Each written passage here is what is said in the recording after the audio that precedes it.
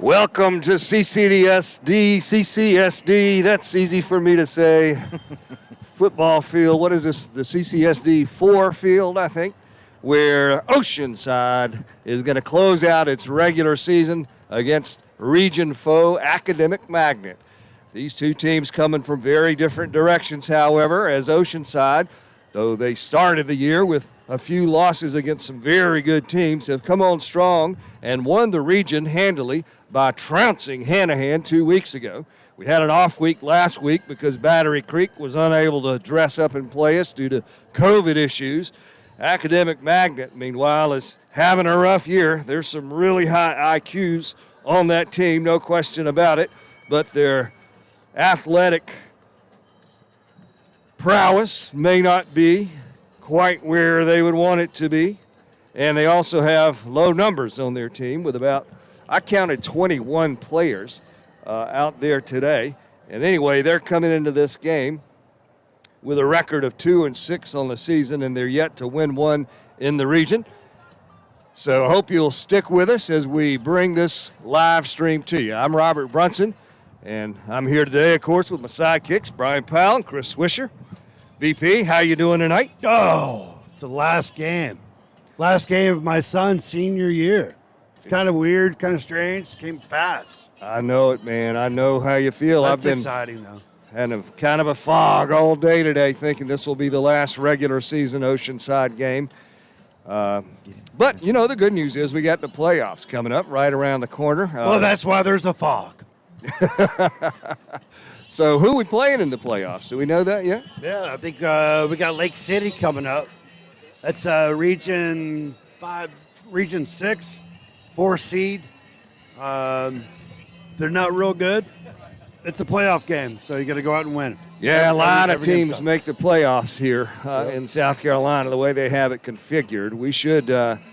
We're going to have home team advantage for, the first 3 rounds? First 2, we'll have one next week right here, and then next week will be, if we win, which we should, it'll be against probably Gilbert, maybe. We don't know. We don't really care. That'll be at the Citadel. And then after that, all the games are on the road, which we like. Let's do it. Road Warriors. Chris Swisher, tell me your thoughts on the game tonight. Well, these are, first of all, good to be here with you fellas as always. Nice, crisp little breeze here up top in North Charleston. Temperature's going to drop a little bit, so I'm glad we layered up tonight, guys. Lost those Midwestern sensibilities, and I'm now a Southern guy. So I'll tell you tonight, games like this make me a little nervous. There's nothing in terms of regional standings, playoff implications. And if you think about our Landshark varsity team is pretty thin when you look at the number of players we have on the sideline. We're under 40 at this point, right? And so what you don't want to see is any injuries, anybody getting hurt. You don't want to unnecessarily put people in bad situations. And these are tough games. And listen, Academic Magnet, you said it, Robert, great kids, smart kids. But they've got a roster of about 25 and under, but a good chunk of them are freshman kids, right? And so you'll see some freshmen going up against kids like Jacob Ashley and Rhett Powell and Carson Arnold. And so you worry about that a little bit. And the other thing I'll say is I don't like the momentum. Hanahan was a big-time atmosphere game, right? And we did a really great job in all 3 phases of the game there. We have to lay off last week, and then you're playing a team that for all intents and purposes we should win handily. But you worry about the mental aspect of let's go out and do our job, let's do it professionally, let's get on the bus and get back over the bridge and get to Mount Pleasant, and let's gear up for the next game. So that's kind of where my head is. We should see some kids that haven't had some playing time get some good reps tonight, and that's always good because we're always in the need of a next man up. And I know we've got a few vacancies right now, Robert, that you might want to speak about. Yeah, the injury bug hit us really hard at Hanahan 2 weeks ago. We lost Will Gauze, number 56, our senior captain, guard in that offense, the guy who always leads the offensive line and pancakes, a starter for the last 3 seasons. And, man, we hated to see that for Will, but it's another knee injury. He had a torn medial collateral, that's easy for me to say, let's say an MCL in his knee, and he's already had surgery. Same doctor as Dana performing that one. So the injury ranks are swelling. Another senior, Also, Billy Johnson, number 23, who's a senior, but in his first season with this team, has a shoulder injury, and he's going to be out for the season as well. So, we're a little thin on the offensive line, much more so than you would want to be, but number 63, Finn Johnson, is going to get a lot of playing time in there today. And Eddie Portelis, another one of our young guys, may also get an opportunity to show what he can do. Well, this is what the playoff season's for. You're always going to have guys go down. You don't really want to. You can't prepare for it, but you can get everybody else ready to go. Starts with the JV team. So we got 2 guys who can step up and play. And Will Goss is not only a team captain on the offense, a lineman, probably to me, it's always been one of our best offensive linemen. He's a leader on the team defense. He can play defense, play offense. I coached that kid when he was in 5th grade. That one stings. It does. I've seen Will play also since he was in the rec league. He and my son Dana have been on a lot of teams together. Both of them played for Moultrie.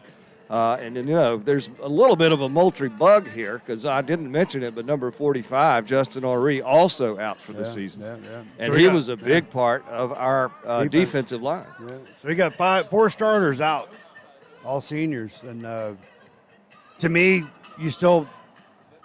we're playing the game. It doesn't matter. That's Next right. guy up. So That's right. As much as we all hurt for that, that's old news now. So we're getting ready for the playoffs. Let's man up, and it's kind of hard to get motivated for a game like this. You want to get in, get out, get the victory, don't want to get hurt, and move on.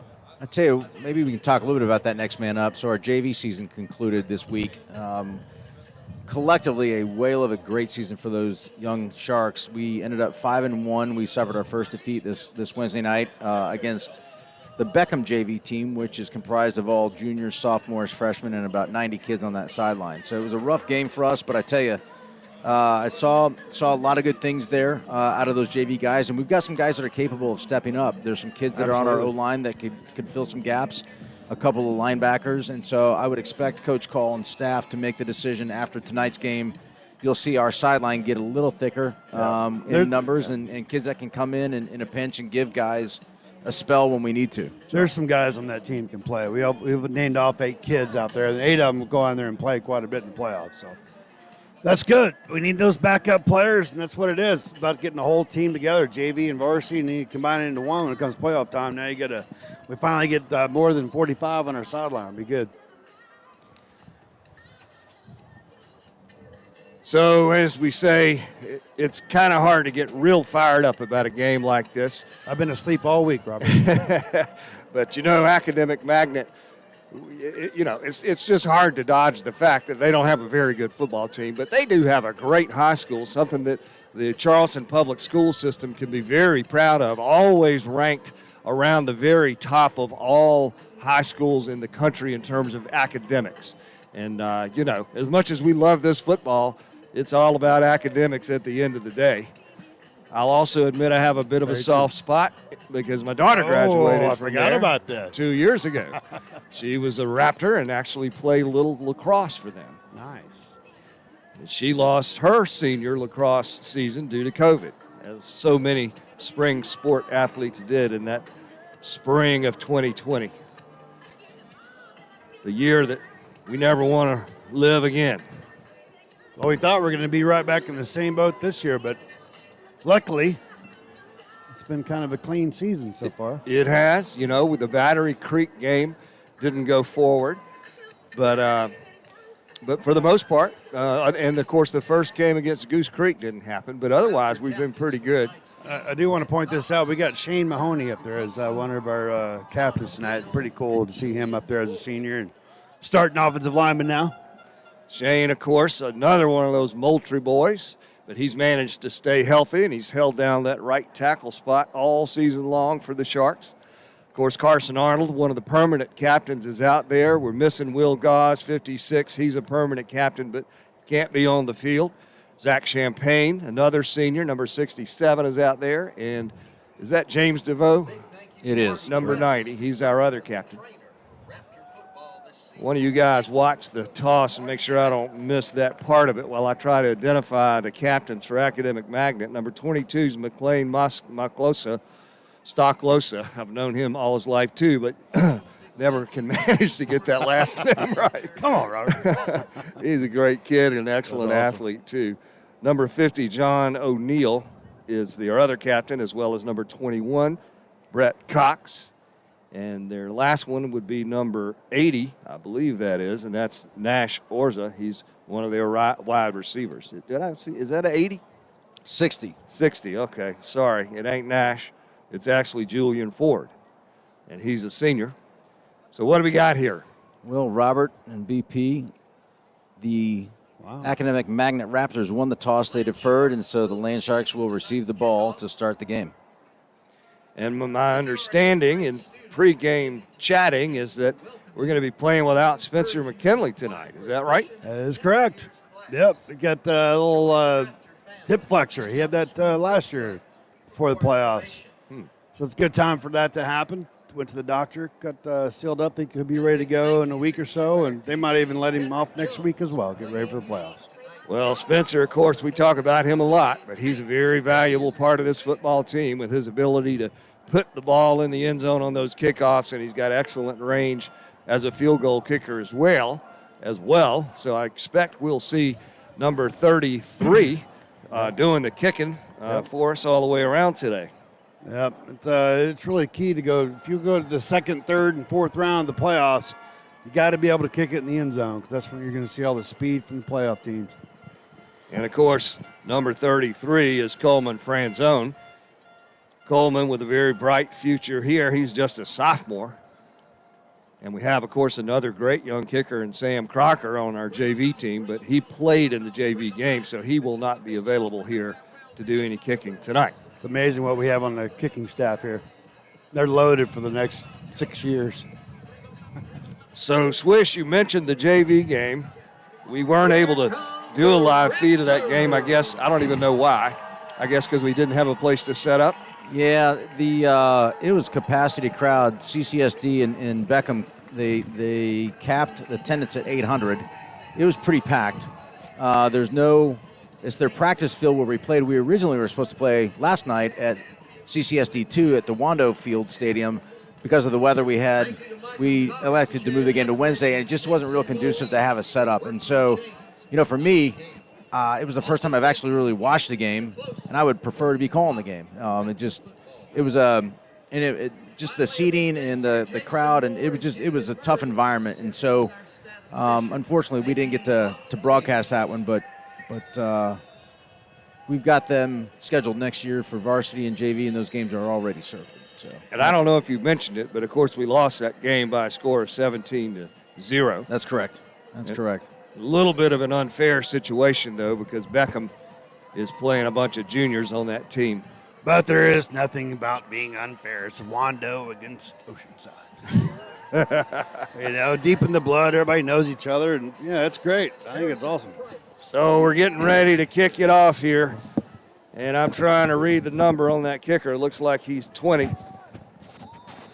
and that's going to be Herman Pelia.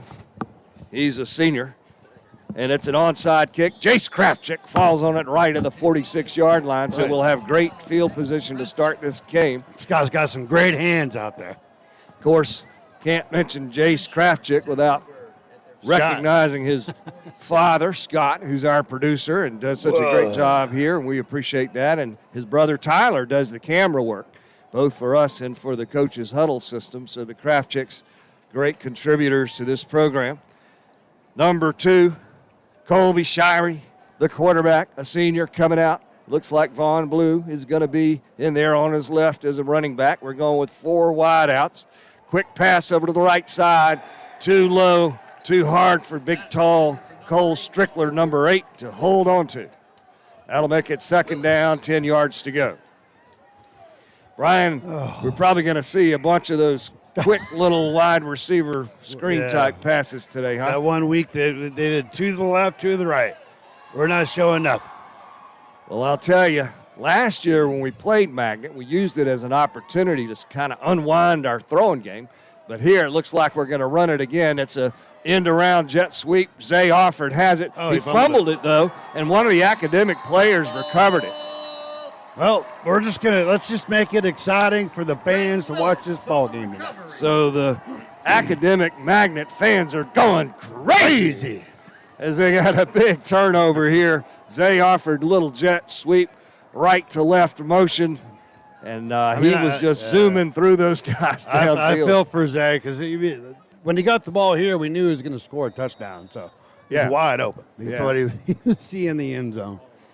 And he was just zooming right through those black uniform defenders of Academic Magnet. Of course, Magnet, I say they're black. I think that's actually a shade of green, but very dark. But we could maybe debate that a little bit as the night goes on. Anyway, they're going right to left. We're wearing the white uniforms tonight, blue numbers, black hats, and Magnet now up to the line with a 1st and 10 on their own 21-yard line. Quarterback rolls out to the right side, and their number 21 on the reception is caught behind the line of scrimmage for a loss. Robert, I never like when our team turns the ball over, but I sure like it when our defense comes on the field. Makes it exciting. Our defense is, you can't even say we're ranked in the state. They don't rank defenses anymore, but that defense is one of the best defenses in the state, I can tell you that. Boy, they shut down Hanahan. That was probably the biggest test of the season since Gray, I guess. Well, no, we faced some really good teams, and the defense has played some great games all season long. I shouldn't diminish the competition at all. 2nd down now and about 13 yards to go. The quarterback for Magnet is number 5, Tate Brown.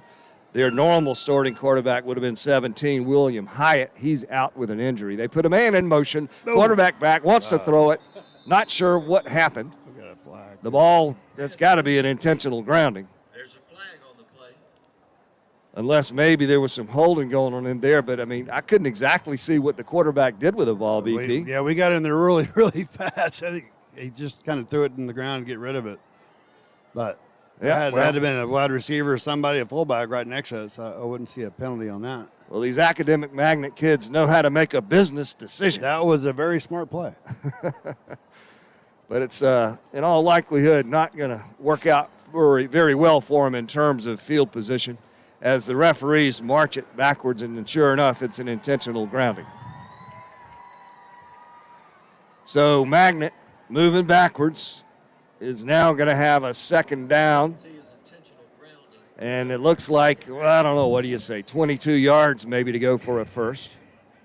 Yep.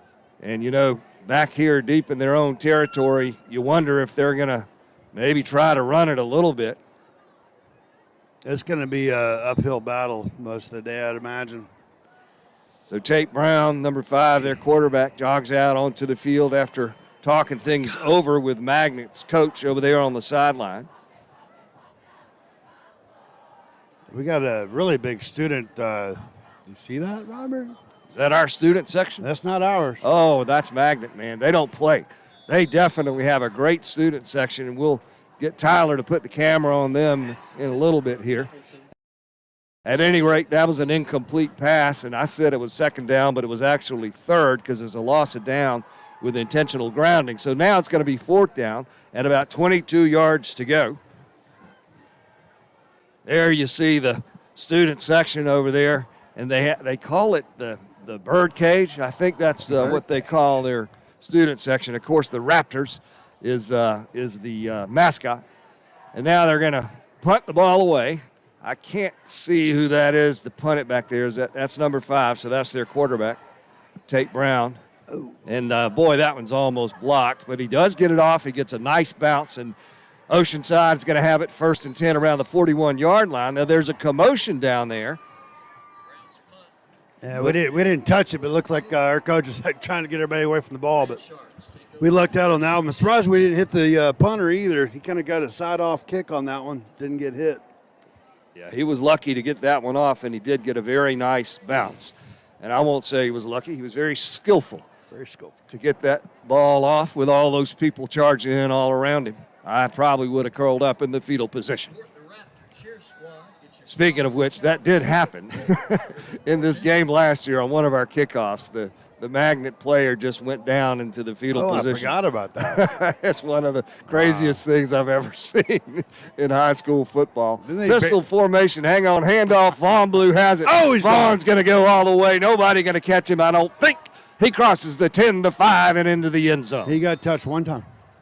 41-yard touchdown carry by Vaughn Blue, making it look mighty easy here. Robert, back to that play where he just laid down. That was right. They snap it, and he laid down, right, like immediately. He ran like a couple of steps, and he saw some big Oceanside players charging right at him, and he literally curled up in the fetal position. I would have done the same. Yep, I can't blame the guy. He was about half the size of the 3 or 4 defenders who were coming after him. So now it looks like Coleman Franzone is going to attempt the extra point. Holding for him is number 2, our quarterback, Colby Shirey. And this is up and good. Perfect. So having a little depth in your kicking department is a good thing. When you have a guy like Spencer who goes out and you can bring a very talented kicker like Coleman Franzone. Swish, your observations on that quick drive? Probably going to be there all night. We might see a lot of one and dones. Yeah, I mean, you think our first drive was only one play as well, and it ended only because of a fumble. It was 2. Oh, that's right, incomplete pass to Cole. I forgot that one. You got to, we may see, like I said earlier before the broadcast started, we may see quite a few kids getting different types of carries. I don't think we'll see anything brand new tonight. We don't need to do anything brand new, just X's and O's, basics, and stay healthy. That's the big key, stay healthy. I mentioned all the Kraft chicks who contributed in so many ways, and I left out maybe the most important one, and that's Crystal, who is the operator of the Crystal Cam and the stands, and we're hopeful that she'll have some replays for us from her phone that we'll be able to show y'all as the game goes on. Coleman now getting ready to kick this off, and let's see how far he can put it. That's a nice, high, deep kick, and it's going to drive Magnet. It's going to go all the way into the end zone. They could have fielded it, but they just let that one go, which is probably the better part of valor for their return man, who is number 83, and he's a great guy, Mackay Collins. Mackay, an excellent athlete. His primary sport, though, is hockey. His dad is Canadian, and he grew up playing hockey. And this may be the first season he's played football. I think it is. That's cool. So if you're going to play hockey, you got to go down to the little we've got one ice skating rink here, right? So hang on, BP. We're showing the instant replay here of Vaughn Blue's touchdown run.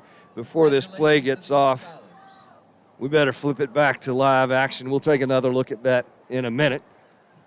So number 5, Tate Brown, the quarterback, shotgun, running back to his right, wants to throw it. I think they've been throwing this thing every down. Oh, here we go. That guy, the defender, which was, I think, Rico Harrell. It wasn't.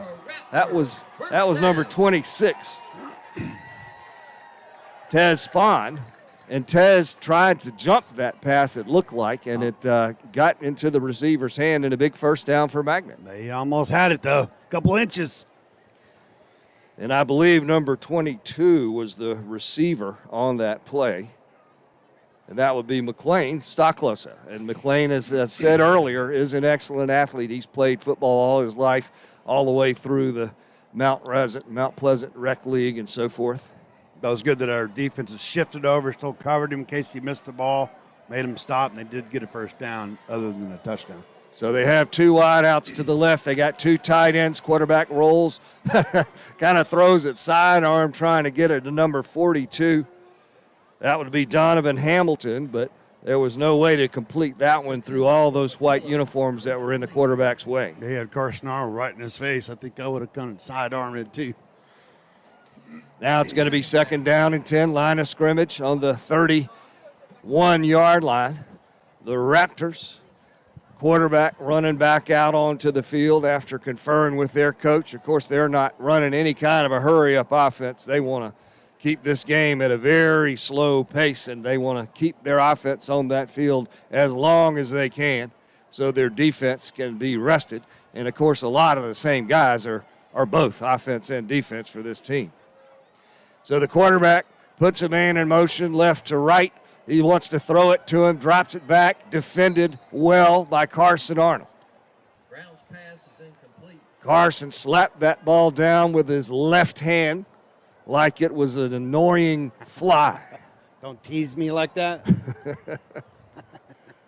Carson, of course, a senior linebacker, and Rhett Powell, the other one. They have started every game for this season and played, I would say, 95% of the downs. And they're a very dominant pair. Our defensive line tonight looks like Ron Shaver, who's sort of a hybrid linebacker defensive end, is going to be playing up on the line a good bit. James DeVoe is in there, of course, as a defensive lineman. Timmy Castine and number 10, Ben Britton, is in for Justin Orree, who's out for the season, and Ben has been a very capable substitute. Delay a game penalty on Academic Magnet, and I said they're taking their time, but I guess they got a little carried away that time. It's going to make it third down, 15 yards to go, line of scrimmage now at about the 26-yard line. Go ahead, Swish. Quarterback rolling out to his right, throws it up for grabs, and boy, number 26, Tez Spahn, again, on the coverage, was all over that receiver. I'm very impressed with him. Remember we saw him at the grade game, first game he really got out there, and a little green, and he's really come on as a great player, great starter, good addition to this defense. And I was about to say exactly the same thing. You've really seen Tez come on this season and develop as a defensive back, which is good because that was definitely the weakness of our defense early in the season was our pass coverage. It just allows other players to play offense too, so it's nice to have that starter out there you can rely on. So I set up our defensive linemen, our defensive backs. In addition to Tez, we got number 1, Rico Harrell. Back there is a very, well, I was going to say safety, but they're punting, so he's not on a safety position right now. Oh, and it's a fake punt. The quarterback throws it incomplete, and we're going to have it 1st and 10 now on their 26-yard line. And we'll identify our defensive back players when we go back on defense here in a little bit. Robert, I don't think they've run the ball once yet. I think it's been every play has been a pass, and I think that's obviously by design. Quick game, get the ball in your hand. They've seen film on our D-line. They know they don't have a whole lot of time there. So. Yeah, they got to get rid of it very quickly, and there's really no way in the world they'll have success consistently, at least, running it on our defense. So now Colby Shirey is out there. Looks like Vaughn's still in it, running back. Colby rolling out to the right side. He wants to get big number 8, Cole Strickler, but Cole can't hold on to that one. It looked like a catchable ball to me, although it was a little bit off target. I think Cole had to come back a little bit from the sidelines towards the hash, and he just couldn't quite hold on to it. That'll make it 2nd down, 10 yards to go. Our first drive lasted 2 plays, ended with a fumble after a long run by Zay Offord. Our second drive lasted 1 play, and it consisted of a 41-yard touchdown run by Vaughn Blue. Now, Colby takes it, drops, plenty of time, wants to hit number 11, Dylan Baker, his tight end over in the left flat, but Dylan can't hold on to that one. Oh, sorry, that was Jace Krafchick, his dad tells me. Again, I didn't mention this yet tonight, but usually I complain a lot during the game about my inability to see, and that continues here. I forgot my eye patch tonight, guys, and it's Halloween, and I didn't bring my eye patch. Anyway, Colby's got a 3rd and 10 now, rolls out to the right, throwing for all the marbles, and Cole Strickler has it. Touchdown, Land Sharks. That was a pretty pass. Wide open, went up and got it. Nice to see the white uniformed guys throwing the ball downfield and opening up a little bit because they're probably going to have to be able to do that as they move deeper into the playoffs. Extra point attempt now by Coleman Franzone. We got 9:43 to play here, still in the first quarter. And Coleman's trying to turn a 13 into a 14 on the scoreboard, and he does, as the referees raise their hands into the sky.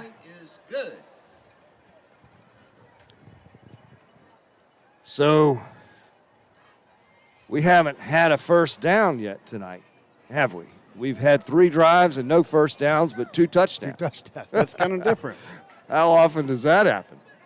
Our defense, we've held the other offense to negative yards, too. Well, they have gotten a first down, though. I think if you average it out, it's probably pretty much for wash. They had that one completion to McLean Stocklosa. Yeah, they had a first down. You know, I think we've probably matched our passing attempts already tonight that we did up at Hanahan, right? I think we only had 3 passes, and we've seen 3 tonight. It's kind of hard to justify passing the ball when Vaughn Blue's running for 260 yards and all over the field and just dominating like he did up in at Hanahan. So Vaughn Blue, of course, was selected as the player of the week for that week for his outstanding performance, which I can take entire credit for. yes, you can. Good job, Robert. I'd like the kudos to the coaching staff 2 weeks ago. We didn't really have a game last week, but what a game plan. I never thought, we're going to throw 15, 20 times a game no matter what, right? Wow, you want to keep the ball out of the other team's hands, all they do is run. We stuffed it down their throat. We stopped them. They kept running it. Great game plan. We didn't have to throw it. I'm not sure how Vaughn heard Robert, but Robert said, hey, hit that hole, and next thing you know, Vaughn hit the hole, and he kept hitting it and kept hitting all of them all night. He was spectacular. I will continue to maintain that Vaughn Blue can't find a hole to save his life. You say that every game. Please do, Robert. It's great. It's working for us. So Brown, the quarterback, claps his hands, waits for the snap. He's in the shotgun. He has a little more time, rolls out to the right side, incomplete. He caught that. Did he catch it? Yeah, he caught it. First down. Was that my man, 83? I think it was. Mekhi Collins on the catch. And as I mentioned earlier, I think this is the first time he's played football. I thought we patented the first down. They're like copying what we do. Well, I'm kidding. They're going to have a 1st and 10 on their own 40-yard line, so they pick up another first down. And Magnet had some success last year, as I recall, throwing the ball. That was the only real success they had on offense, if memory serves. They send out a wide receiver here on the left side. They're going to have one on the right. They go with 2 tight ends. Quarterback takes it, pressured, throws it high up in the air. Wow. Zay offered in coverage almost with the interception. That was a beautiful pass. Perfect spot. It really was. And number 46 was the intended receiver. That's Donovan Hamilton. And Zay Offord, who's wearing those bright pink gloves tonight, he's easy to find, was right there. Zay was looking into the eyes of the receiver and didn't see the ball until he turned around at the very last second. And it was set perfectly right in the basket.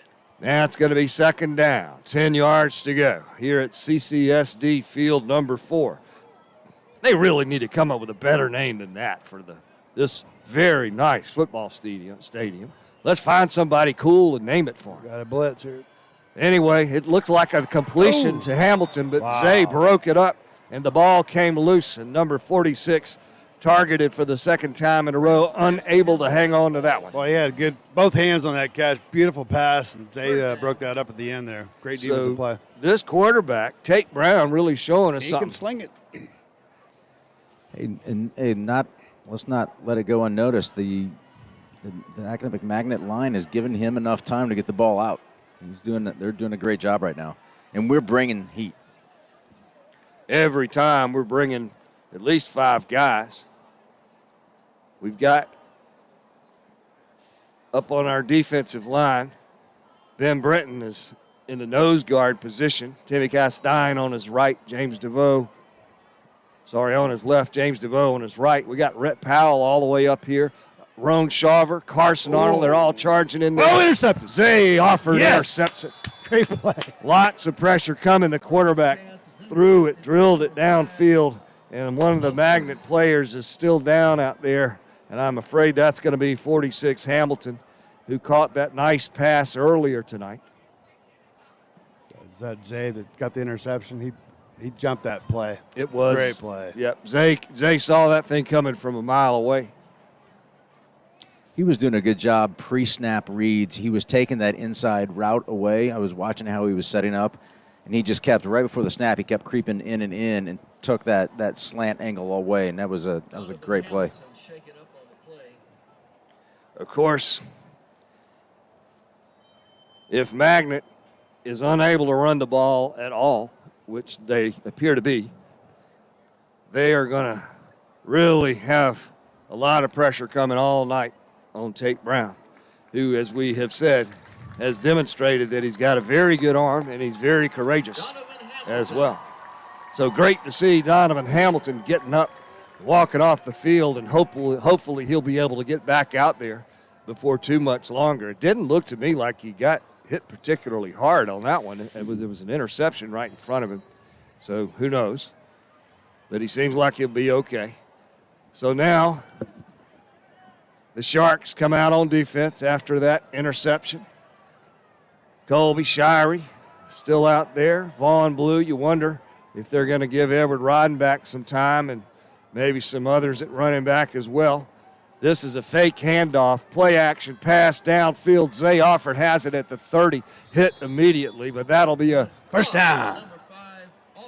And I believe that's the first time we've heard BP use his trademarked. Is it the second quarter, or we're still in the first quarter? We're still in the first quarter. And it's 8.5 to go on the clock as the Sharks looking to add to their 14-0 score here.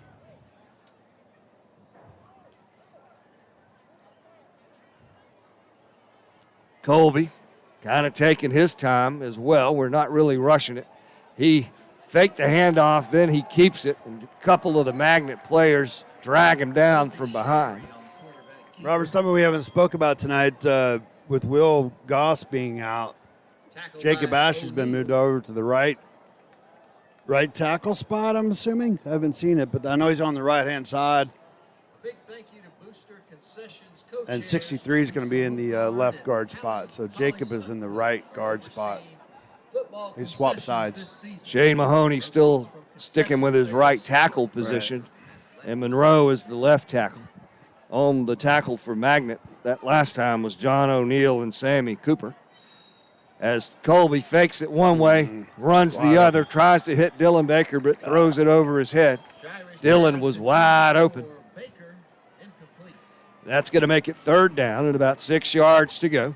This drive not demonstrating quite the degree of success that we did on our first three drives. We've had three prior to this.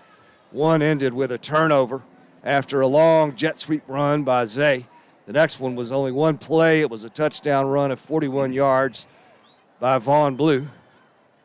Colby got a little bit of a hurry on that one. If he just barely put that one out in front of him, that would have been a touchdown. Our last drive ended on a touchdown pass to Cole Strickler. Vaughn Blue has this up the middle, first down, and he's going to score. Wow. Vaughn all the way to the corner of the end zone. Untouched. Vaughn could probably gain 1,000 yards here tonight if we put our minds to it. Untouched. Score now 20-0. And looking ahead maybe to the second half, you expect they'll probably do a running clock like we did against North Charleston. Well, that's what we were discussing earlier. We kind of hoped they would.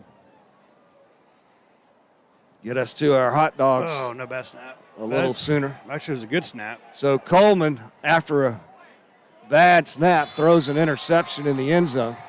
So I'm sure Spencer McKinley is going to have some coaching tips for Coleman about how to throw the ball from the kicker spot. The snap was good. Looked like the went right through the holder's hands. Yeah, you're right. I called it a bad snap, but only because it wasn't retrieved by number 2, our holder. 7:15 to go on the clock, and we're going to have to settle for a 20-0 lead as Coleman comes back out on the field, and he's going to get quite a workout as our kicker here tonight in all likelihood.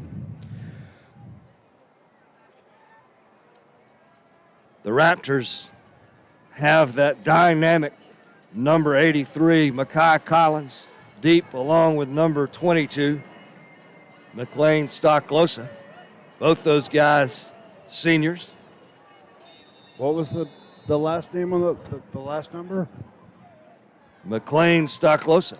Stocklosa. And that's correct. Great. I have called games in which he played many times. Good job, Robert. Took me a minute to That was a remember. toughie. Oh, look So at that kick. McLean's going to pick this one up. That's actually not McLean. That's Mackay. Both two Scottish guys, McLean and Mackay back there. Robert, I got to say, you nailed those names. I mean, you nailed them. Good. Thank you, BP. Wow.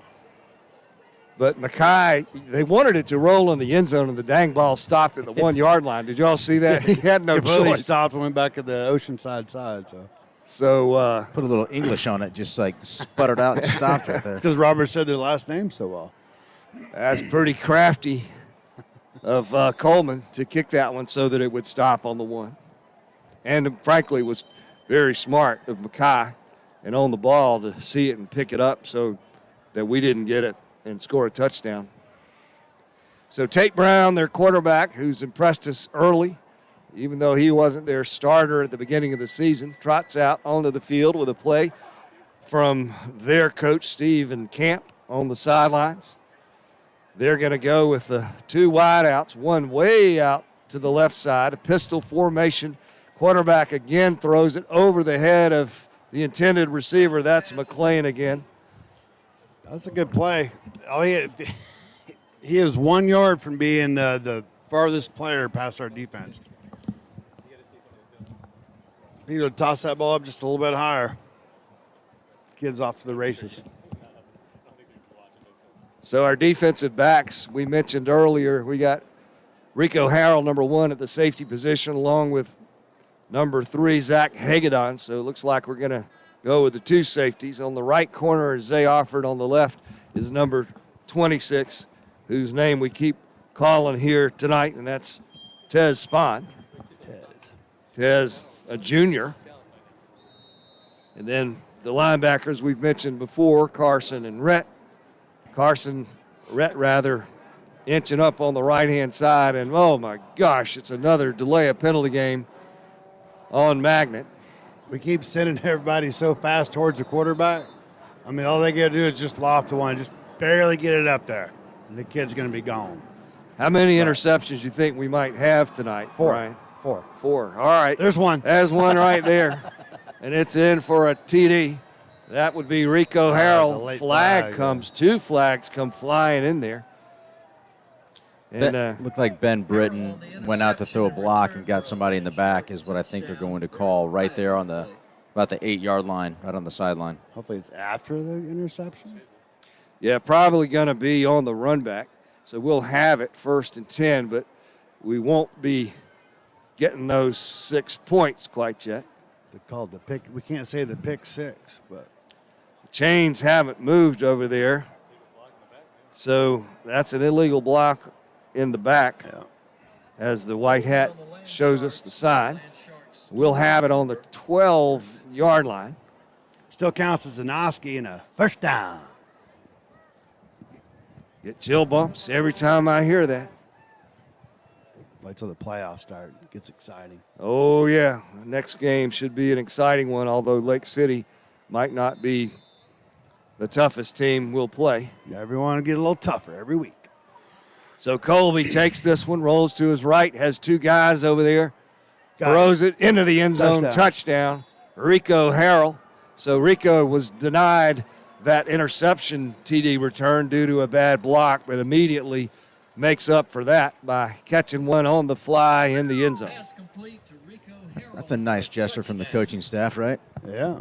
Call Rico's number after he got one taken away, so Give it right back to him. I like it. Rico, of course, a senior, speedy wide receiver and defensive back. Big part of this team. Big track star, too. And let's see if Colby can hang on to this snap from Zach Champagne. He does, and Coleman puts it up and in, and the score is now going to be 27-0 with forever still to go here in the first quarter, guys. Well, Scotty Krafchick just made a comment they've not run the ball once. So that every time we have an incomplete pass, the clock stops.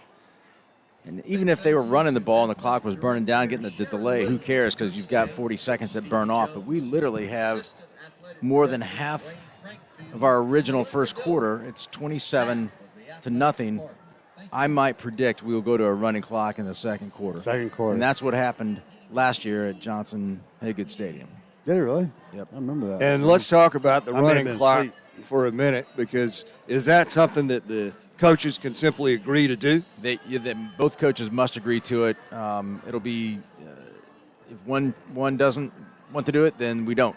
But at some point in time, They'll both want to do it. yeah, it's the right thing to do. So and here's the deal: Coach Call is not a coach or a man that's going to embarrass or run a score up.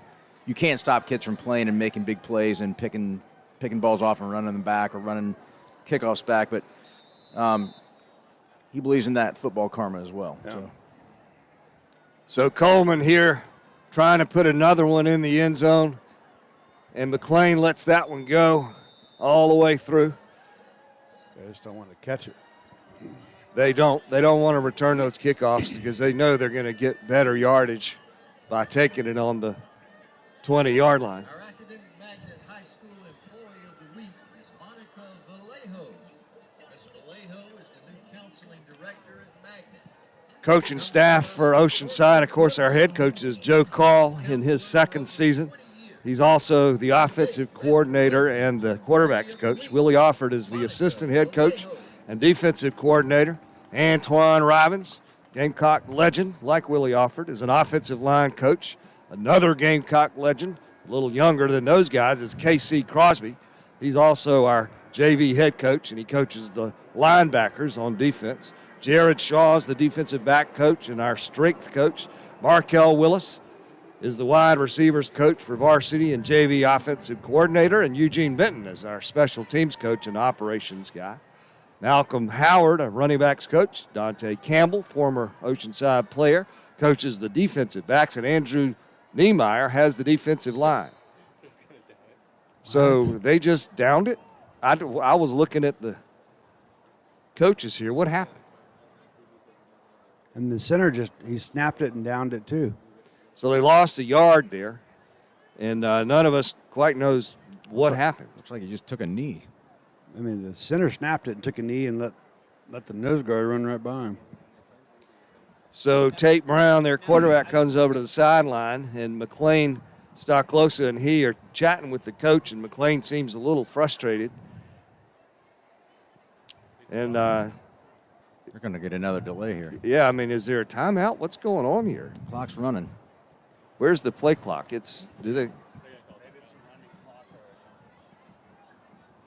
So I really don't know what's going on. The Magnet looks like they're just going to – I don't know what's going on. Well, this is one strategy, right? And there's another delay of game penalty. This guy had a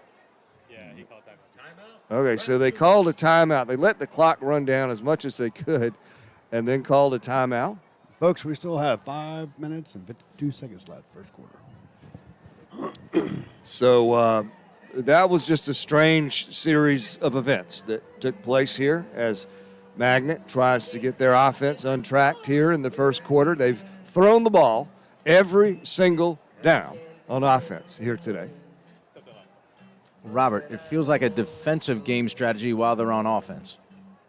It does. They're just trying to Just bad football, boys. get out of here. I mean, seriously, this is no fun. Somebody's going to get hurt. The South Carolina High School League needs to realign these conferences so that the good teams are bunched together and the bad teams are bunched together. Frankly, it'd make it a lot more fun for everybody. But, you know, you put Oceanside out there against a North Charleston or an Academic Magnet, and it's just no fun for anybody.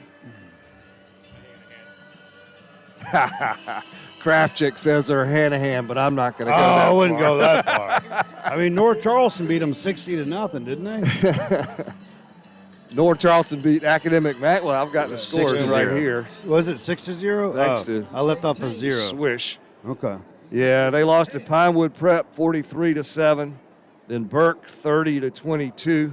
They beat Bethune-Bowman 37-14. And they played somebody pretty tight, too. They played Battery Creek. Battery Creek. They lost 30-20. That's when I thought they played pretty good. And then and Bishop England. Bishop England, too. Only lost that one 30-12. So we're not showing these guys quite the level of respect No, we're not. that they've earned this season.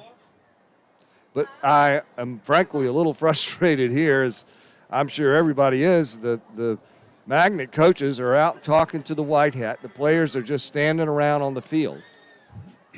As we had a timeout, now there's 5:52 to go still here in the first quarter. Oceanside leading this game 27-0. Maybe they're discussing the running clock. I am going to see if I can get Richie Altman to tell me what's going on. Richie hopefully will be on standby for us some here today. But it looks like the referees are going to get this play going, so we'll skip Richie for now. And the quarterback is under center, and he pitches it back to the running back, who comes around the left side and picks up nothing. That was McLean Stocklosa, who's playing a little wide receiver and a little running back for Magnet.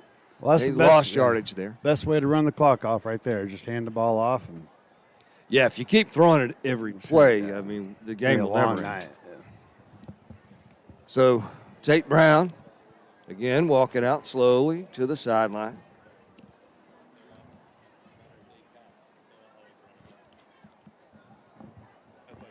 As Magnet now switching formation, sticking with the quarterback under center. That's an odd formation, the unbalanced line. Bunch of tight ends over on the right side trying to block for McLean Stocklosa, but he again loses yardage. McLean, as a youth football player, I saw him play a lot. He played for Cario and was one of their excellent players. He was a tight end, and he scored a lot of touchdowns for them. Now he's facing a fourth down and over 20 yards to go. He's a good athlete. They also have a couple of big guys on that offensive line. I looked at them, before the game started.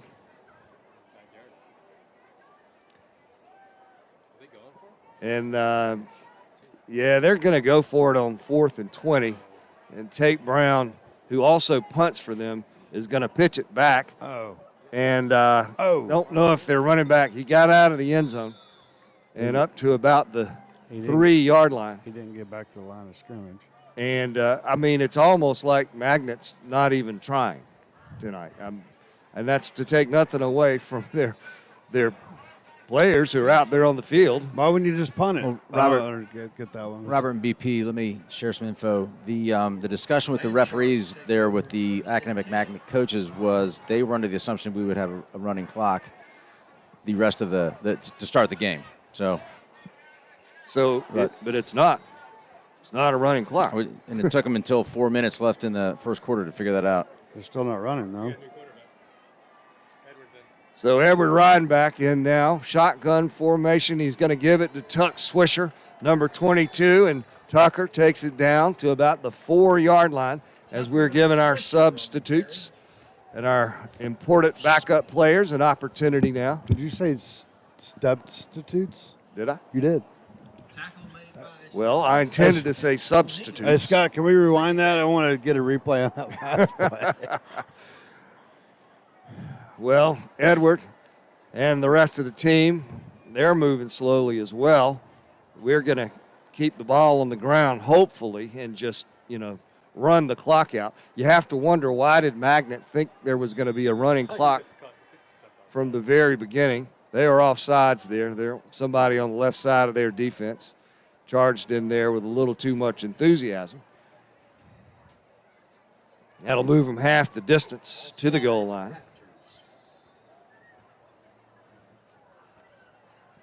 Bryce Bennett is out there in the slot on the right side. And Edward keeps it, and he's into the end zone, running around the right side of that offensive line.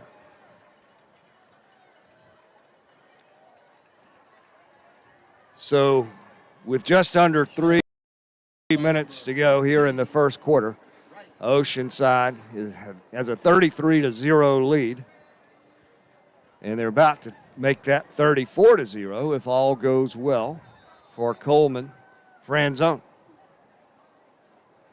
A couple of our guys a little late getting out there on special teams.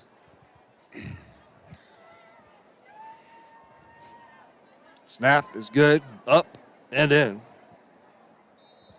So 34-0 your score now here at CCSD field number 4. That over the course of this game, we're going to brainstorm a little bit about what might be a better name for this stadium.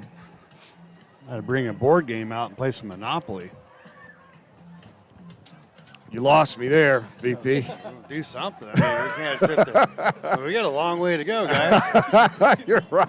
Give me something to do, Robert. We should have brought a deck of cards. That Right. ADHD's kicking in. I'm like, whoa. One interesting thing about this field, they obviously play some soccer and lacrosse on it. 'Cause it's got all kinds of different colored lines Yeah. out there.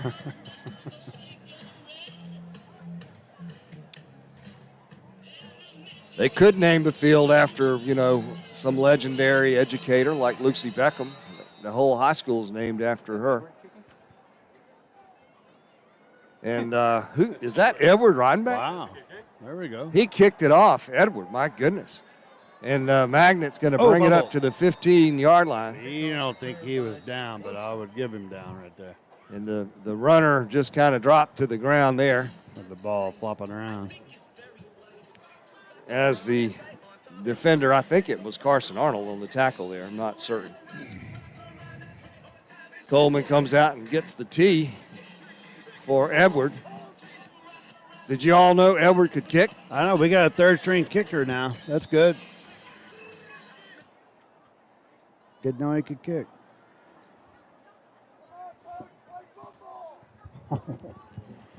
The fans a little restless.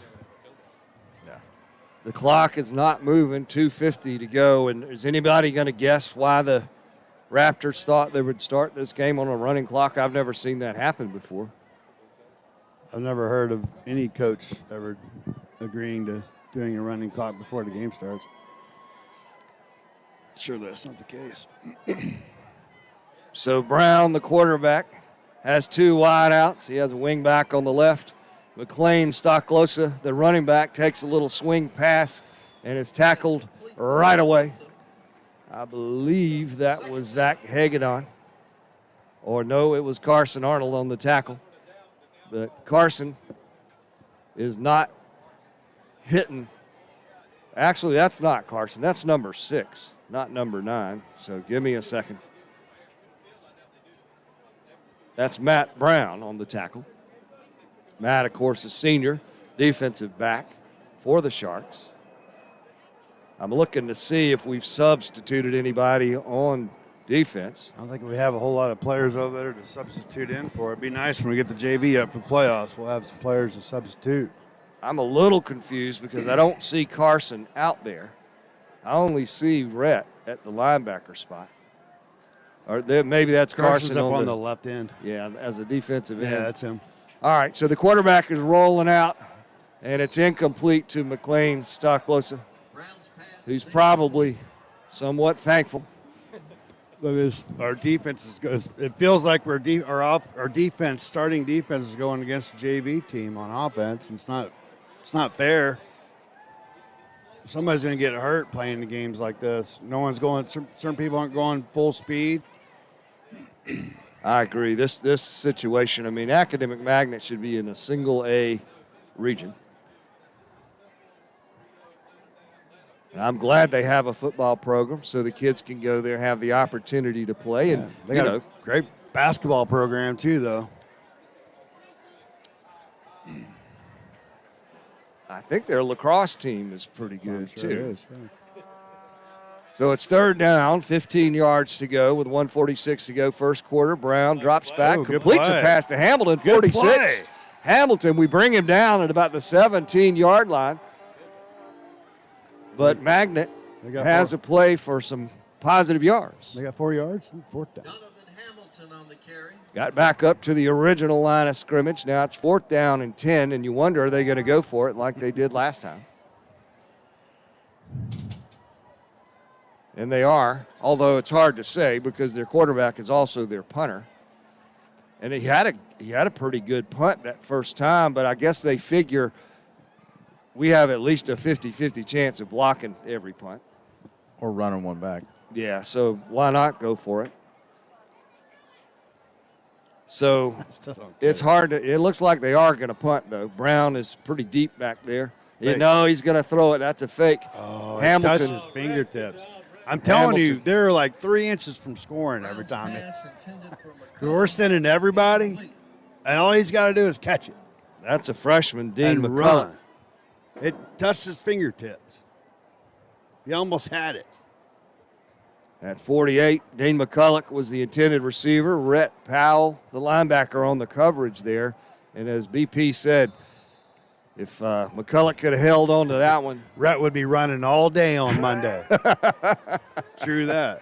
So we got it now, 1st and 10 on their 14, 13-yard line. Tucker Swisher is in at running back. Edward riding back, hands it to Tuck. Tuck has some blocking over there on the left side. Swisher is going to score. I mean, he got touched twice. Swish, good job, baby. It looks like we got a flag, though, on the field, and I believe we're going to have a holding call. Indeed, that is what the referee indicates with 39 seconds to go here in the first quarter. And, man, I think that might have been on Dylan Baker, our tight end, as he was blocking a guy over there on the left side, and the guy pulled off of him, and he tried to hang on a little too long, but I could be wrong. First quarter, Scott Krafchick tells me, lasted 50 minutes. So we're going to have it now, 1st down and about 20 yards after that 10-yard holding penalty pushes us back to the 30-yard line. It's called the same play, coaches, right here. Same play. Edward gives it to Tuck. It is the same play. He gets past one blocker. Swisher picks up 10, 15 yards. He's carrying people on his back down to the 13-yard line. It would have been a 1st down, but we had to go 25 yards for the 1st down, so we're halfway there. That's about a 15-yard carry for Tucker. And he was hit around the ankles in the backfield and just muscled through that. And one thing Tucker has no shortage of is muscles. He really worked out a lot during the offseason. And first quarter mercifully comes to an end here at CCSD 4. My back hurts. And the score is 34-0, Oceanside. We're going to have to stretch out between each quarter, guys.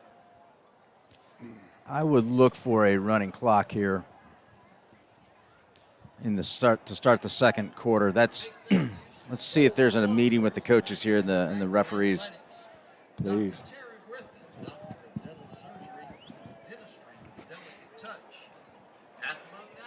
Yeah, it's going to get dangerous if you don't. It's 34 after one quarter. Well, let's see if we can get Jason Ashley to join us and say something interesting as we try to use up some time here. Jason, you there? Hey, Robert. Well, BP and Swish and I are kind of running out of stuff to say, frankly. So we thought we'd dial you up and see if you could say something interesting. Running clock. Running clock.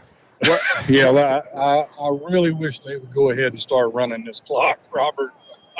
This game is for sure cattywampus. Cattywampus, that's something Robert would say. Yes, sir, it is. You got All right, what are we going to do here, Robert? Let's see. Let's watch this one. Edward takes it. He hands it off to Tucker. Tucker Swisher Untouched. bounces off guys and into the end zone Made it look easy. for another touchdown. That's going to make it 40-0. Another holding penalty, though. Come on, guys. No need to hold here today. Jason, what do you got to say about that? I I think the refs are trying to keep the score in check. Well, here's the mystery to us up here. There was this long delay in the game, and Magnet's coaches were talking to the referees on the sideline, and we have been told by some unknown source that Magnet thought this was going to be a running clock game for its entirety. Do you know anything about that? I have not heard that.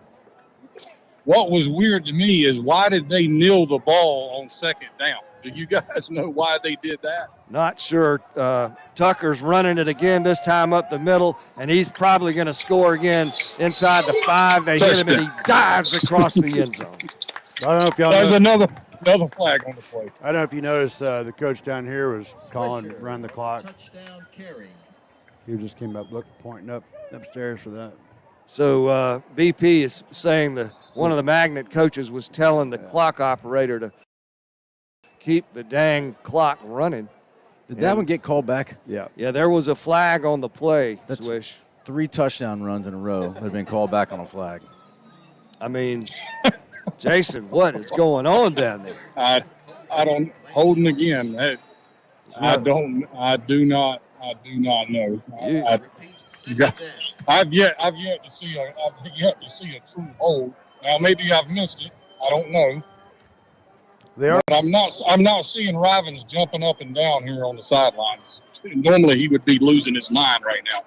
So we're going to keep you just here with us for a bit as Edward Ridenback takes the snap. This time he's going to throw it to number 80, Bryce Bennett. And Bryce is slung down at about the 23-yard line. Well, no flags on that play. And we picked up a little bit of yardage there. It's going to make it 3rd down and about 15. Guess we do have a running clock now. And we do have the running clock. Okay, well, that's good. It's good to see Eddie Portelis at center. Edward now hands it to Tuck again. Swisher with a huge hole. Runs it just right up the middle, and then he does a little bit of power running on his own and gets it down to the 5-yard line. But, Jason, your boys in the trenches were opening a massive hole right there. Yeah, that's so if there's ever been a mismatch, tonight is it. And unfortunately, we all know our depth on the O-line right now is not very deep. So these 5 or 6 are going to be playing all night long. But here you go, Robert. So we got a 1st down now. Edward with a low snap picks it up, gives it to Swisher, and he's going to lose yardage this time. Let's credit those Magnet players who are still playing hard on the tackle. The linebacker, number 50, was in there, John O'Neill. And there was another guy in there, too. I think it was McLean Stocklosa, but not certain. McLean, of course, playing both ways, one of the better athletes on the Magnet team. They're squeezing him for everything they can get. So Edward now in the shotgun. We're ready to run another play. 2nd down. Hands it to Tucker. Plenty of room on the left side. Jace Kravchik, and my goodness, there's another flag, and it's going to be another holding penalty on us. They got a running clock and a throwing flag every time. I mean, I don't even know what to say. It's obvious what's going on here. Completely obvious. I think Tuck's got 100 yards and 4 touchdowns. He does. Back on 4 plays. That's the best game he's had all year. Yeah, we definitely have one frustrated dad up here right now. All in one quarter. I'm not frustrated. I'm just happy to be here. You're just sanguine. Big Swish, you're going to have to buy that young man some new cleats. He's going to run the spikes off the bottom of those. Just keep running, Forrest. So now it's 2nd down and goal from the 20-yard line. As Edward Ridenback in the pistol hands it. No, fakes this one. He needs to throw it to Dylan Baker. Dylan has it. Nice. Down to the 10 and 5, and Baker has his first touchdown as a land shark. That's nice to see a tight end getting the ball like that. That's awesome. So, Jason, go ahead. That was a beautiful tight end catch for a touchdown, wasn't it? That's the way you draw them up right there. Yes, indeed. And I said it was his first touchdown. I'm about 90% sure I'm right on that one. And that's also probably our first touchdown from our tight end all year, too. It is. I was believe hoping, that is his first touchdown. I was kind of hoping and expecting we'd have a bunch of tight end touchdowns this year, but Yeah. that didn't work out. Us too, Robert. So now we're going to kick that extra point. Coleman Franzone in there. And this is going to be down and up and in. So, Jason, we started the game off talking about the terrible injury we had in that Hanahan game, and I know you probably want to say something about Will Gauze, our team captain, being now out for the rest of the year. Yeah, Robert, if there's a Mr. Landshark, Mr. Oceanside football, I think we all know Will Gauze is that. So, our prayers with him. And, huge hit for our five up front. The way you got to think about it is it's an opportunity for the next man up. And he can come in there and take in and help that front five out. But truly heart-wrenching for losing Will. He is Mr. Oceanside, as with Dana. These guys have been together since the 9th grade and played a lot of football, won a lot of doggone football games, and you just really hate to see that. Of course, Justin Henry also out for the year. All three of those guys from Moultrie Middle School. And the Magnet player is going to take a knee at the 15-yard line. That's Makai Collins. We've mentioned a lot tonight. He's a great kid, smart. Very smart. I would have kneeled down too, Robert. Yeah, no doubt. Yeah, Jacob played hockey with Makai when he was in elementary school. Well, they all went to Sullivan's Island. That's together. awesome. Jacob, You got to Dana. say that's pretty cool. That's right. Jacob, Makai, Dana, all at Sullivan's Island together. They have an ice rink on Sullivan's Island? You didn't know that, VP? Where you been, Robert? Where you been, Brian? I'll tell you, though, if you put Jacob and Makai next to each other, that had to be quite a sight. we were actually in the same carpool going back and forth to school, and you would think one was in the 9th grade and the other was in the but a heck of a young man.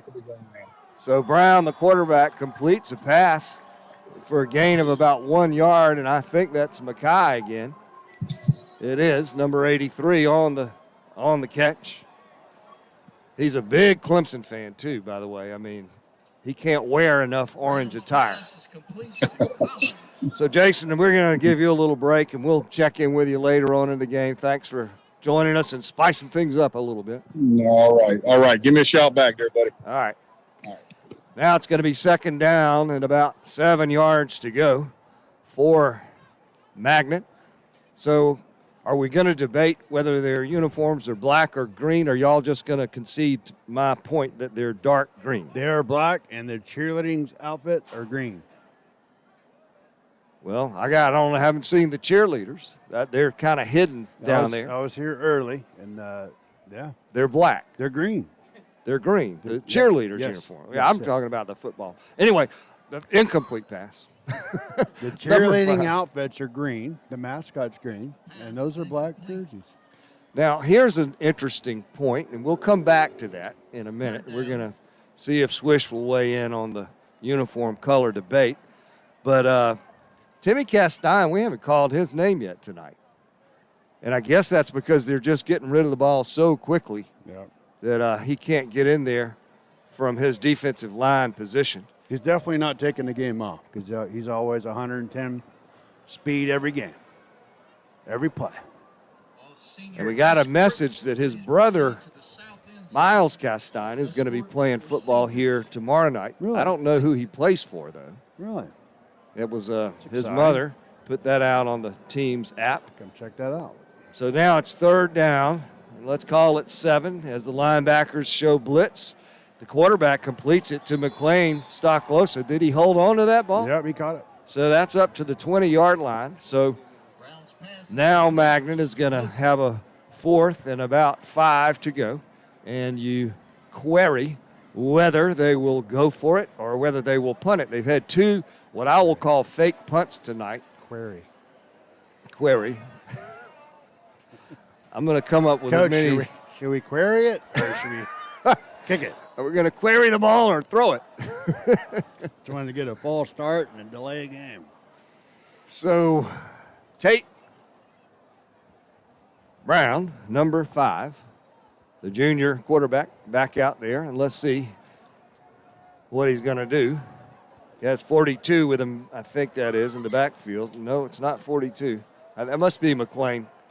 He puts Mackay in motion, drops back, throws it to McLean Stocklosa up to the 23-yard line, but not enough for the first down. And not to criticize, but if you're going to throw a pass on 4th down, you might want to throw it past the line of game. At any rate, it's going to be a 1st and 10 going the other way.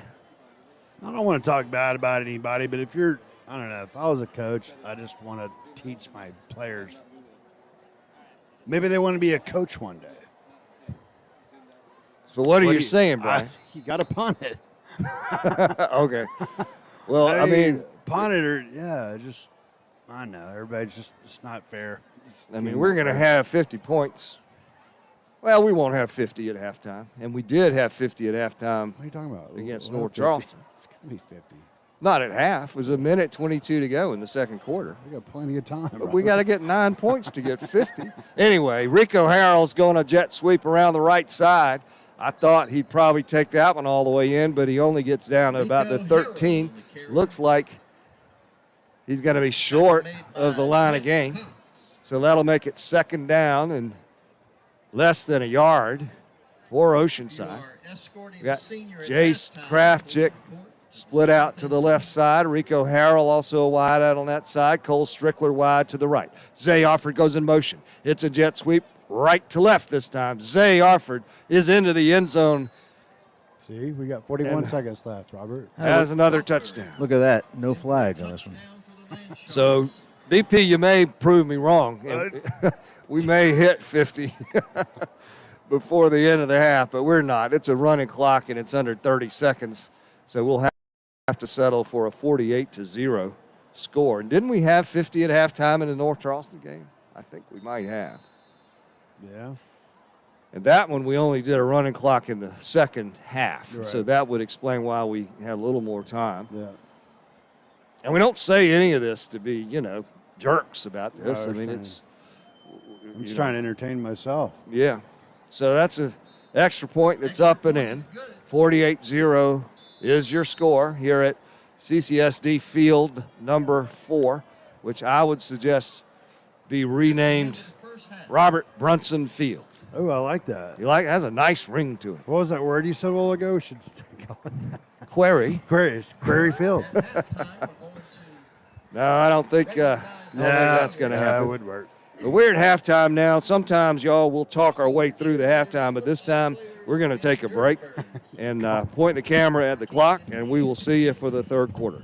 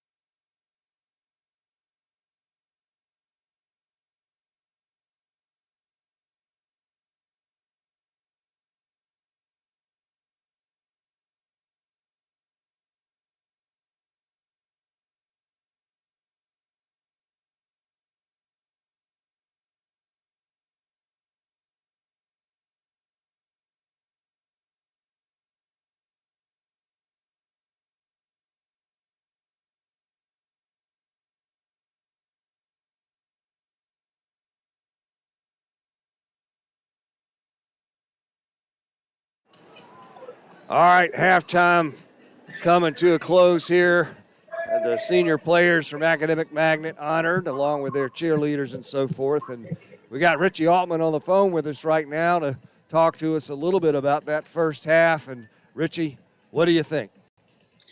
Well, a couple of good things. We're seeing a lot of our youth actually having an opportunity to play tonight, and I think that was something we wanted to do. Give some of our, guys that have been playing all year, give them some rest, give them an opportunity to get healthy right before we get into playoffs, or at least get a little bit of a break, get a breather as we head into the playoffs next week. But, really impressed with, our quarterback that comes in the backup role.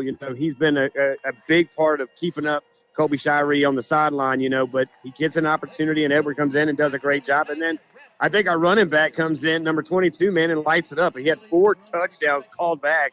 And to me, man, that alone, kind of shows the tenacity of this kid who, controlled the controllables, but he was able to do some things. And then on the defense, we're subbing in and out as well. So a lot of guys are getting in on the ball. So we're seeing a lot of what our future is going to look like. How about those penalties? I mean, were they real? Well, it's hard to see, right? I mean, at this level, Robert, you and I have been around this sport a long time. There's a hold on every play, right? Is it worthy of calling a hold? Are you helping the other team? I mean, at this point, we could call hold almost on every play in college and definitely in high school. So I didn't see it. I wasn't right there in front of it, but, he's got the better position. That's out of my pay grade. But I will say that, we kept feeding the rock to the running back and ended up having to throw it in the air to get it in there. This has been one of the stranger halves of football, I'll have to say, that I've ever seen at any level, frankly. I mean, Academic Magnet, they're going for it every single fourth down, even when they're inside their 5-yard line.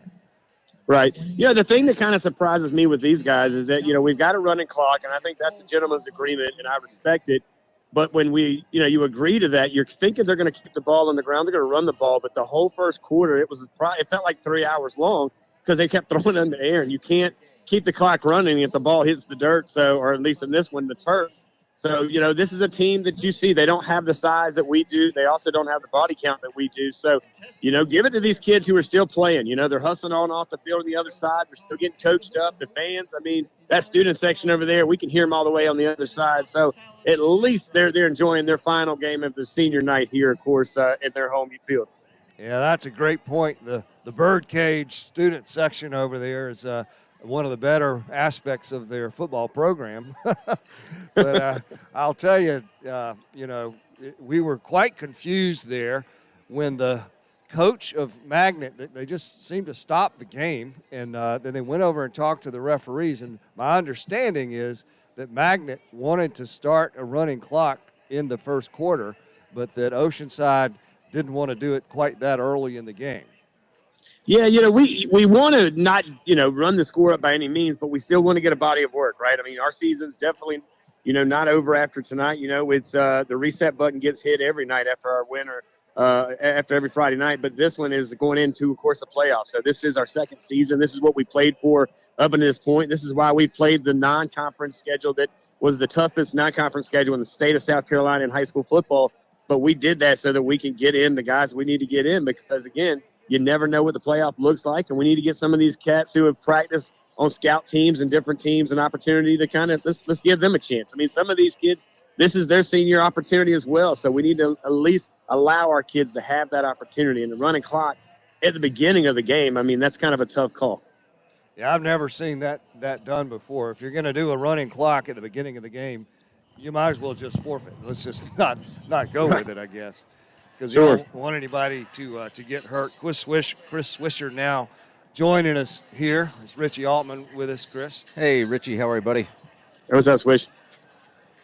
So you mentioned the playoffs. Of course, they begin next week, and I believe we'll be right back here on this field. What are your thoughts on our first opponent and what the playoff run might look like for us? Well, we're still seeing the hangover of COVID, right? And this is a team that's going to come in here next week. Lake City, they're 1-2. They won tonight by design, I believe, of the protocol and the tracing of COVID. So we actually benefited from it last week when we actually clinched the region. But, it's football, right? We set it up just like every Friday night, whether we're heading to Charlotte or we're up in Columbia or we'll be back here next Friday. So we have a game plan. I think we stick to our game plan. Hopefully we can do what we're doing tonight, get some new dudes in there, get them opportunity to get some playoff football under their belt.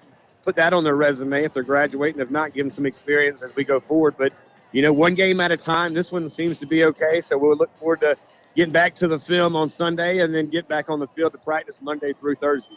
Richie, that win at Hanahan was a big, big deal for this program. Hanahan, of course, being our stiffest competition in the region, and last year playing us in a pretty close game and being ranked ahead of us by most people for the better part of this season. Yeah, I'm a guy, and you know me, I've been in the media for a long time, so I'm a little mad at my media brothers and sisters because I don't know if they're looking at schedules. I don't think they are. They're looking at the wins and losses, and that doesn't always tell the stories. You know that at any level. But, it's the control of the controllables, right? We knew that Hanahan was the team that we needed to kind of do what we needed to do with, and, we handled business. And I have a lot of respect for our coaches and all of our trainers who prepared these cats up until that point. And, again, we had seen competition. We've already seen the best quarterback, probably one of the best in the state, out of Myrtle Beach. We've seen the best receiver out of Myrtle Beach, the best running back out of Gray. We saw a slew of dudes and dogs over there in Charlotte, about 65 deep. So we were ready. Region play wasn't our concern. If you ask me, it was getting us ready, prepared as we get ready for the playoffs. And here we are now after we get through tonight. We reset the clock to season 2, and we now understand that this is why we play the schedule that we played in the non-region. And, if we take care of business, at the end of the year, they have to give us what we've earned.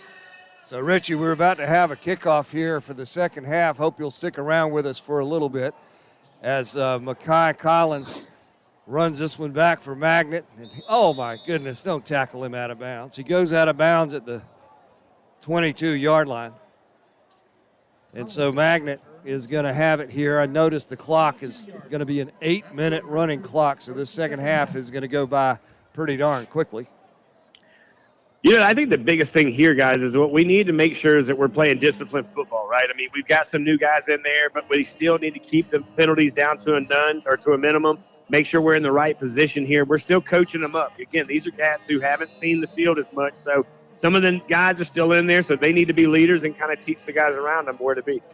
This quarterback for them, number 5, Tate Brown, who was not their starting quarterback at the beginning of the season, has really shown a pretty good arm here in the first half, but he's just under so much pressure in that backfield.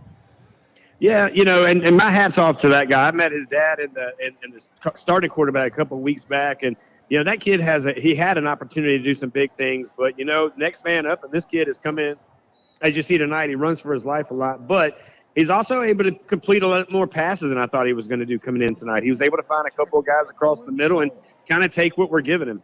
He kept that one and tried it on the left side and lost 5 yards. It's going to make it second down and 15 to go for the Raptors.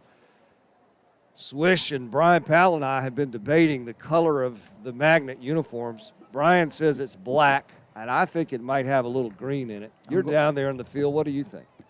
I think it looks like an Army schedule to me as far as the scheme goes. It's got some black and some green in it, but it's definitely it's a little different look. Kind of reminds me a little bit of Buford. So it's second down and 15 as Brown is in the shotgun. He has a running back to his right side. McLean Stocklosa takes that pass. He gets up to about the 19-yard line. And I said McLean, but that's actually number 42, not number 22. And he's not on my roster. So I don't know who he is. Rhett Powell, anyway, was in on that tackle. It looks like they picked up a yard or two. That's going to make it third down and about 13 yards to go. You guys, that's what you're seeing here, even on the sideline. I'm seeing that this quarterback he's taking what we're giving him. If we're giving him a receiver in 3 yards or 2 yards, his completion tonight probably is going to impress you a little more than it wouldn't had, of course, we put a little more pressure on him, but he is taking what he's getting. So here he's going to roll out to the right, throw it very quickly again to number 42, who gets it up to about the line of scrimmage, and that's going to make it fourth down and about 14 yards to go. And if Magnet keeps consistently with their strategy of the first half, they'll be either going for it or faking a punt. They had 2 fake punts. Of course, their punter is also their quarterback, number 5. So they're huddling up. Looks like they are going to go for it as the clock is now under 4:50 in the third quarter. Although the quarterback is back deep enough he could do a quick punt. He faked it, throws it. Oh, my goodness. McLean caught it. Was that completed? My goodness. The ball was Bounced intended. off of one guy, and it looks like one of their guys in the right place, but surprise, there's laundry out there, it looks like. So these referees are getting a workout. Yeah, McLean Stocklosa caught that pass, which was intended for Makai Collins. Makai really got rocked by one of our defenders. That might have been Rhett. Was that Rhett? BP? Oh, I don't have your mic on. BP. Ryan Powell's back here. Yeah, Red almost took it to the house, but it kind of tipped off somebody's hand, and yeah, he caught it right there. Red. Oh man, that was close. Let's see what this penalty is here on the field. Personal foul, targeting on us, and I think that's on that tackle of Makai. So, Richie, thank you for joining us. We're going to let you go here, and we'll be talking to you later. Yes, sir, guys. Appreciate it. Great job up there. Keep it up. Thank you, Richie. Thanks. So now it's going to be 1st and 10, the ball right around midfield on their 49-yard line. Magnet getting a first down. And, you know, it's when you talk about somebody's going to get hurt in these games, that's just what you worry about because, you know, some of these Magnet players are just they're just not physically built the same way that most of these Oceanside guys are. Man, you got certain guys going to used to playing 4A and 5A schools. You're talking about speed, playing with speed, and some of these other teams don't have that. That's how you get somebody hurt. Pistol formation now for Magnet as Brown takes the snap, hands it off, and it's going to be a loss of about 4 or so on the play. 42, the unknown Raptor on the carry. They've run 5 plays in 5.5 minutes. That first quarter, if you blocked that off into 2-minute quarters, that just the first quarter, that would have been a full football game. Really? I mean, we were up there for almost an hour for a first quarter. Yeah, you know, It's crazy. I hate to say this, but, you know, we're all kind of hoping we get out of here early and get our hot dogs sooner tonight than most Friday nights. But I planned ahead on this one, and I brought me a burger from the restaurant to go. did you really? I knew it was going to be a long night. That thing's probably getting cold now, though. I ate half of it before I got inside the stadium. So looks like there's a different – no, that's still 5 in there. Oh! Rhett almost had that one intercepted, as did Rico Harrell. That was Rico, who was also right there. Both of them had a better shot at that ball than the wide receiver did. Eventually, number 7 the one that he touches, eventually he's going to catch one and take it back to the house before the year's over. Because he's touched 4 of those, maybe 5 already, right through the hands in an open end zone. Now, I know Rhett has played a lot of running back. He over used to his be a career. very good catcher. That's why he's playing defense now. Well, that was my question: is can he catch? He always caught the ball. I don't know what it is. His daddy had big hands. I ain't going there, boys. 3rd down and 15 to go now for the Sharks. 48-0 your score. That was bad. Pistol formation, double wing, 2 wide outs. Quarterback can't hold on to the snap, just throws it up in the air. We got it. No, Tez Spahn would have had that interception, except But we hit our own guys. Is that a flag for hitting your own guy? Knock the ball out of him. Yeah, I think that was Zach Hagedon who came in there and broke up the interception. Targeting your own player. There is a flag out there. It looks like the 3rd quarter is going to end here. I mean, while the referees sort this out. I was down on the field 2 seconds ago, and the quarter's already over. Let's see what the white hat signals here. It's against us. Interference. Pass interference. Well, we can't talk about referees, but I don't know where that one came from. It's okay. Yeah, I don't know about that. So anyway, that's going to give them a first down as they move the line of scrimmage all the way up to the 41-yard line of Oceanside. And the quarter is over, folks. Maybe they'll let the clock keep ticking. And am I correct? Did Magnet had the ball the entire quarter? The They ran entire 7 plays. The entire 4 minutes and 34 seconds. Swish is just lost his headset over there. He's like, I'll let you guys do this.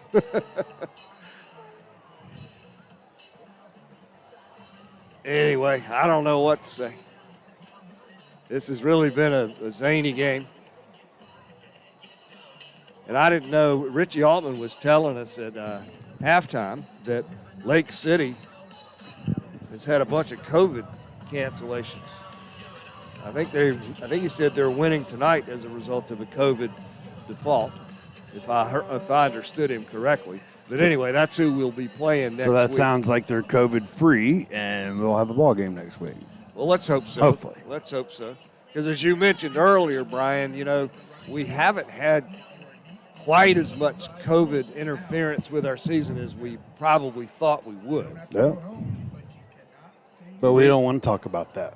And the Sharks, of course, have, and I don't want to jinx them, but we haven't had to cancel a game ourselves as a result of COVID all season. We hopefully and better not cancel any playoff games.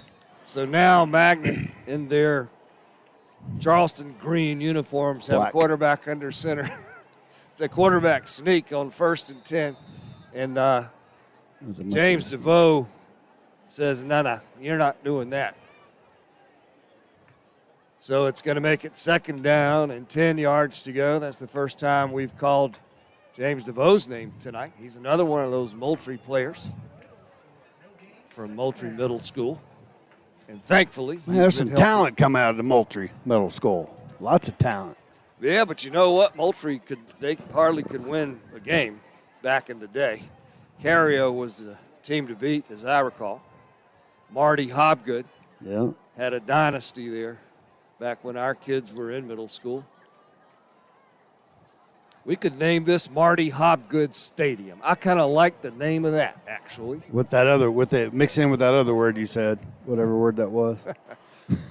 Makai Collins goes in motion, the quarterback. However, I don't know what just happened, but that was a nice McLean Stocklosa.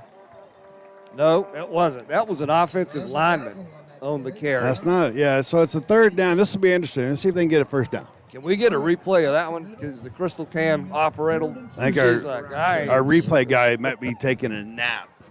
So does anybody know what happened on that play? Because I don't know. Handed it to the guard. Okay. That's kind of a trickery play, I believe, and he almost had a 1st down. So 3rd down now and about 3 yards to go. Line of scrimmage on our 33. It's the biggest play of the game right here. The real question now is, will Oceanside get an offensive playoff in the second half? As their quarterback rolls and throws it deep downfield. Oh, no, he dropped it. And not intercepted.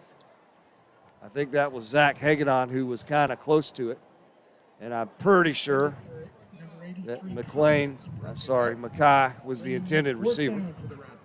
So now it's 4th down and 4, and of course they're going to go for it here. If you go for it on inside your own 5-yard line, you definitely go for it here. But if you punt it, you could really pin us down close to the goal line, too. That's true. And a 48-0 final score is I respectable. mean, it's all about field position, too. So 5.5 minutes now to go in this ball game. Brown, the quarterback, runs out onto the field, tells his teammates what the play is on 4th and I will call that 4th and 3. They got 2 wideouts, 1 wingback. They're trying to draw us off sides, but they can't. Swing pass over to number 42, the running back with no Stopped name. him. He's real close to it, but I don't think he got the 1st down. Kraftchick says they're going to give it to him. I don't think so, though. Looks about like half they're going to yard mark short. that one. So they had the ball the entire 3rd period, correct? They did. Wow. And almost half of the 4th. That's crazy. So we've got roughly 4.5 minutes here in the ball game. As Edward Ridenback, the backup quarterback, getting some good snaps today, comes out onto the field. Vaughn Blue was out there, and then he turned around and left Tucker Swisher in the backfield instead. Let's take a look at that offensive line. Will be a turnover on downs for the Land I know Finn Johnson has been out there. He still is at the. Is he playing center? No, that's Zach Champagne at center. Anyway, can't tell who's out there, but Edward throws it over to Rico Harrell. Jace Krafchick with a great block. Rico across the 50. Oh. Rico Harrell down to the 20. Wow. The 10 to 5 touchdown. You can tell how fast he is. touchdown. Two So- steps every 5 yards. Rico did what he was supposed to do there, but you really got to give Jace Krafchick credit. Great block because on that. Yeah, I his saw block that too. from the wide receiver spot made that possible. Great block. So 54-0 is your score. We did get an offensive drive, but it consisted of only one play. So Swish, what's the rules on for whenever we play a game? We got to give the opposing team 2 weeks game film. I mean, every team can go back and get all the game film for the whole year through other teams and other coaches. But what's the rule? State rule? Do we know that rule? I think for your upcoming opponent, you've got to give them the last previous 2 weeks worth of game film.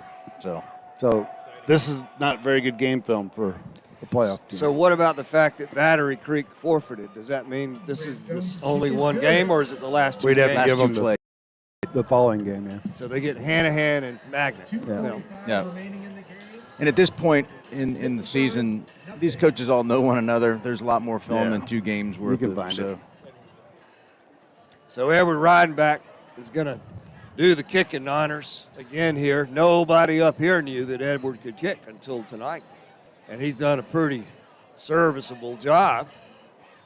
Of course, Spencer McKinley, our all-star senior kicker, is out tonight with a slight injury. Should be fine in a couple of weeks at the most, we hope. But of course, kicker is apparently a position of just tremendous depth on this So football does that team. mean Edwards our fourth string kicker? Is that right? I think that would be right. Nice. And at halftime, we were also talking, and we'll come back to that in a second, as Edward boots this one. It's kind of a knuckleball, fielded at the 12-yard line. Oh, then trickery. thrown backwards. Oh! And Matt Brown is going to pick it up. That was a backwards pass, so it should be our ball. And it is. Well, Magnet, give him credit. Yeah, trying to do something. That's all you can do. Tried something kind of fun there. Just didn't work for him. Turnover on the play gives it to the Land Sharks. And so we'll get our second offensive play of the half underway here as we're down to 1:20 to go in this ball game. $20 we score on one play. Anybody want to place a bet? We can't do that. Tanner Swisher, I think that is, running out on the field to pick up the tee. Was that him? he's moving a little slowly from Wednesday night. So if that was, I'm proud of him. So Tucker, his brother, is out there at the running back position. He takes his handoff, big hole. Oh, score, Tucker baby. stiff arms the defender. A flag comes flying in 20. as they tackle him inside the 5-yard line. But Tucker is cursed with penalties on every run tonight. It's on them. Penalty on the play. Thank goodness this one's on Magnet. That's their first penalty all game. And I lost my first 20 on that play, too.